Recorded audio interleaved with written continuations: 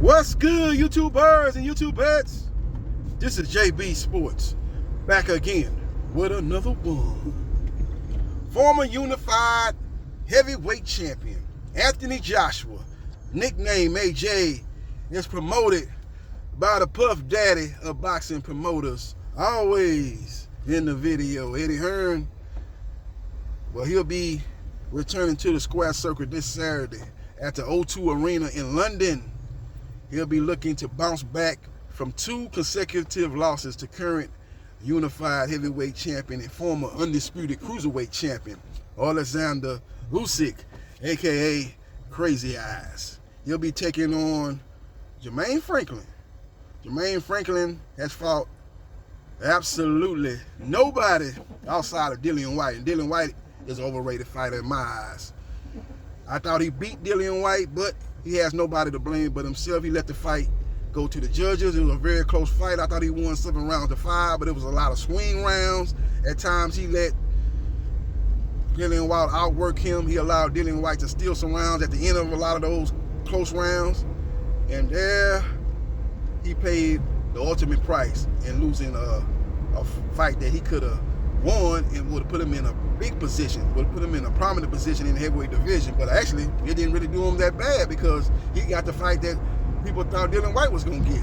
Dillian White said that when that fight got announced, Joshua versus Franklin, he was like, man, I've been better off losing to Franklin because he got the fight. But like I said, I thought Franklin won that fight, but it wasn't no robbery. Dillian White won some rounds, and he won enough rounds to get the decision in the judge's eyes. And I think Franklin needs to learn from that fight. That should be a lesson learned from that close loss to Dillian White, and he needs to take it out of the judge's hand. He needs to be much more aggressive.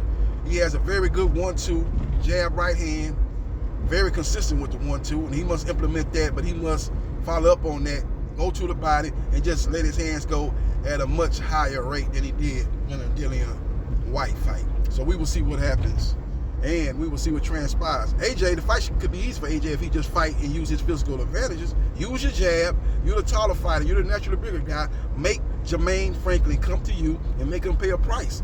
He want to come through the front door unannounced, you got to have a 12 gauge on the other end of that door, and that's got to be that right hand, and make him pay the ultimate price from coming through the front door unannounced. So we will see what happens, and we will see what transpires. I'm looking for AJ to win this fight 8 rounds to 4, unanimous decision.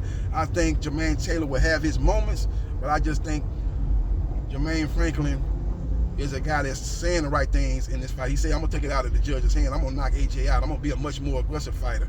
The fight with Dillian White, I didn't have the proper training camp.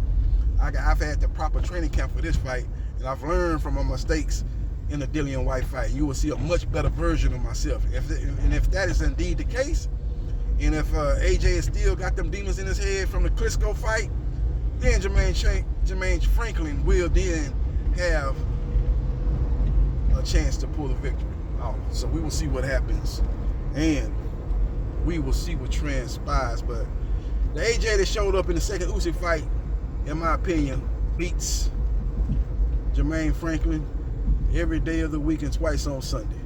I like what I saw from AJ in that second Usyk fight. Usyk was just a better fighter. Usyk is a Hall of Fame fighter. Usyk is, in my opinion, the 3rd best heavyweight in the division, arguably the 2nd best heavyweight in the division. But he's a guy that's a very fundamentally sound fighter, a technical fighter.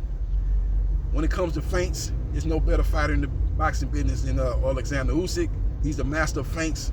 He makes you react off the feints, and he sets traps for you off the feints. He sets up shots off the feints. He's able to control his opponent off the feints, man, making his opponent react. And when you're reacting off there, you're using energy, just reacting off his feints, making you very uncomfortable, and that pays dividends later on in the fight. So we will see what happens, and we will see what transpires. Great fight put on by AJ in the second Usyk fight. He just needs to capitalize on that. He has a new trainer, Derek James, who should have at least 2 Trainer of the Years. It's a damn shame that that's not the case, but I like the move going to Derek James by Anthony Joshua. But one thing we do know, that a leopard won't change his spots. You know, if he don't bite as a puppy, he ain't gonna bite as a dog.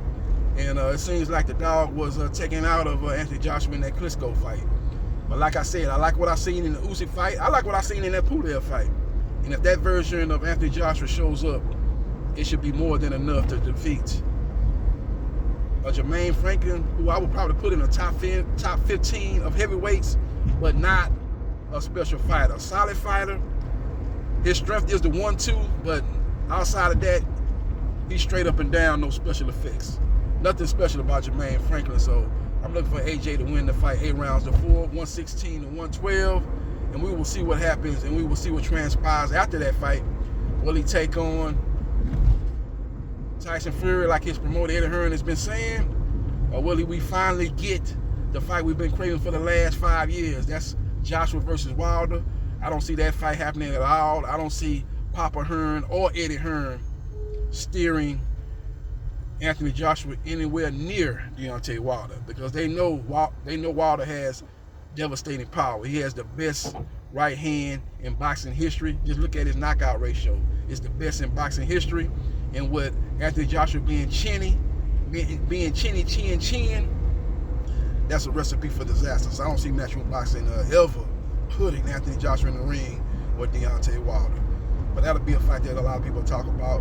And then the rematch with Dillian Whyte, which I think is actually the front runner, the leader in the clubhouse as far as the next fight for Anthony Joshua, that being Dillian Whyte.